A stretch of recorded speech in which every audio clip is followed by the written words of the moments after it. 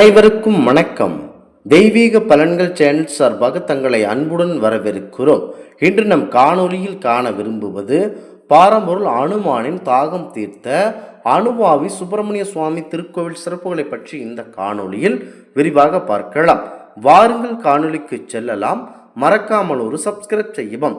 இந்த கோவிலானது குழந்தை வரம் வேண்டுபவர்கள் அனுபாவி முருகன் கோவிலுக்கு தொடர்ச்சியாக 5 செவ்வாய்க்கிழமைகளில் வழிபாடு செய்வதால் கண்டிப்பான நல்ல பலன் கிடைக்கும் என்பது மக்களுடைய நம்பிக்கை மற்றும் கருத்தாக பார்க்கப்படுகிறது.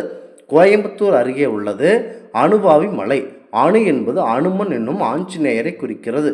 மேலும் வாவி என்பது தமிழில் நீர் வளம் என்று பொருள்படும். எனவே அனுபாவி என்பது ஆஞ்சநேயருக்காக தோன்றிய நீர் ஆதாரம் என்று பொருள்.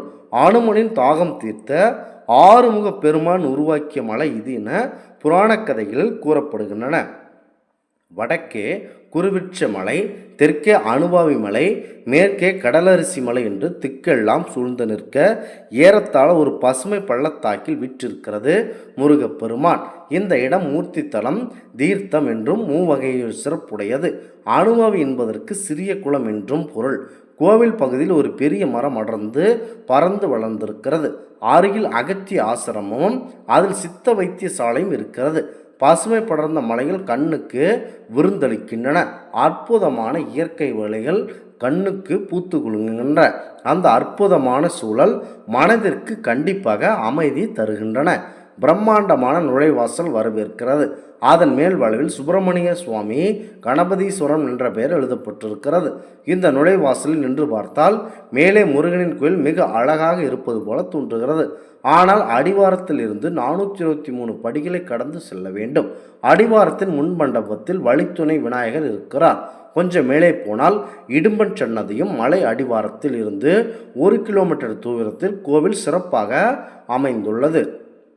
கருவறையில் வள்ளி தெய்வ யானையுடன் முருகப்பெருமான் என்ற கோலத்தில் அருள் பாலிக்கிறார். முன் மண்டபத்தில் விநாயகரும் முருகப்பெருமானின் படைத்தளபதி வீரபாவும் வெற்றியுடன் வீற்றிருக்கின்றனர். ஆஞ்சநேயர் வடக்கு நோக்கி உள்ளார். நவகிரக சன்னதி உள்ளது. சிவபெருமான் அருணாச்சலேஸ்வரராக அருள் பாலிக்கிறார்.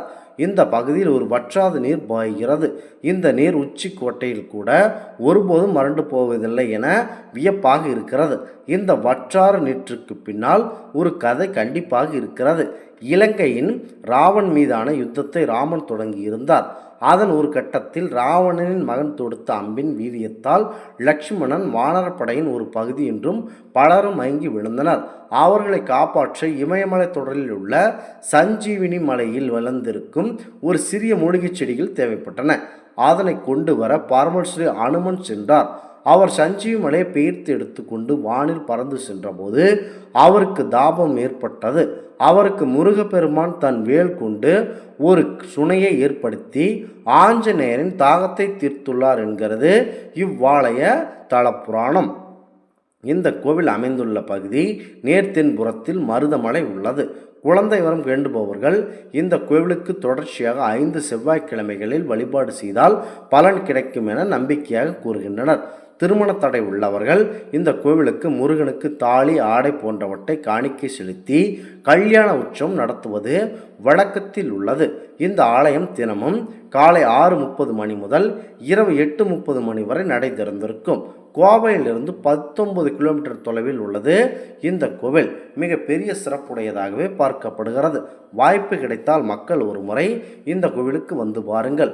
உங்களுக்கு திருமண வரம் மற்றும் குழந்தை பேறு எதுவாக இருந்தாலும் கண்டிப்பாக பாரம்பொருள் முருகப்பெருமான் அவர்களை வேண்டி வாருங்கள். கண்டிப்பாக உங்களுக்கு நல்ல பலன் தருவார். முக்கியமாக முருகப்பெருமான் தன் கை வேளால் இந்த கோவிலில் ஒரு சுனையை உண்டாக்கி ஆஞ்சநேயரின் தாகம் தீர்த்ததால் முருகப்பெருமான் மகிழ்ச்சியோடு அழைக்கப்படுகிறார். அனுமாருக்கு தீர்த்தம் அனுபாவி என்ற இவ்விடத்துக்கு பெயர் வர காரணமாக இருந்தனர். இவை பின் தான் மருவி அனுபாவி என ஆகிற்று. அனுமனுக்கு குமரன் அருள்பாலித்ததால் அணுகுமரன் மலை என்ற பெயரும் உண்டு. அனுபாவி 10 பாட்டு என்ற நூலில் இந்த தல வரலாறு அழகாக கவிதையாக பாடியிருக்கின்றனர்.